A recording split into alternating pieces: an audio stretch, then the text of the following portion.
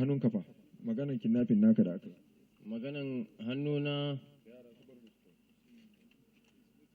na je na kawo musu gyada daga nan bullet 3 magazin da na kawo musu kawai muna zanne ina tare da kudi na miliyan 1.55 mun zanna baki wani kogi muna magana sai suka ce to mu tahi ni ban san ashe sun riga sun hada kai akan su kashe ni da kudin su dau bindigogin duk su kere a rasa yanda nayi a duniya muna zuwa na tube wando na bakin rafe kawai mutum sai ya ja gefe kawai ya bude ma wuta suka dauke kudin.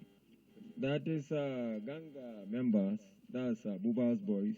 He supplied them with 90 rounds of live ammunition, which they equally attacked him, kidnapped him, and also collected his money, amounted to 1,550,000.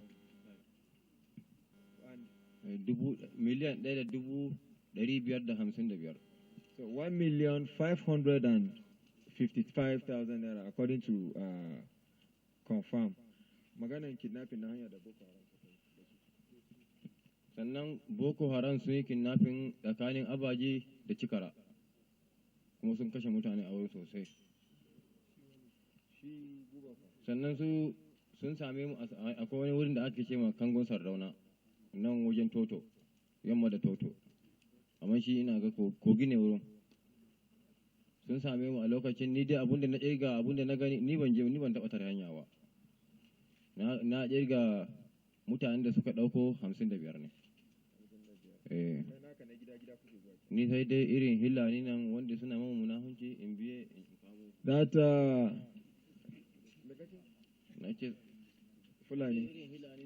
So that there was a time that Boko Haram, Buba, which also their associate, they block Lokoja Abuja Road, a luxurious bus, which he counted, because he's with his own gang. He counted 55 people they kidnapped to the bush. Boko Haram suka yi kidnapping ya suke da nasu.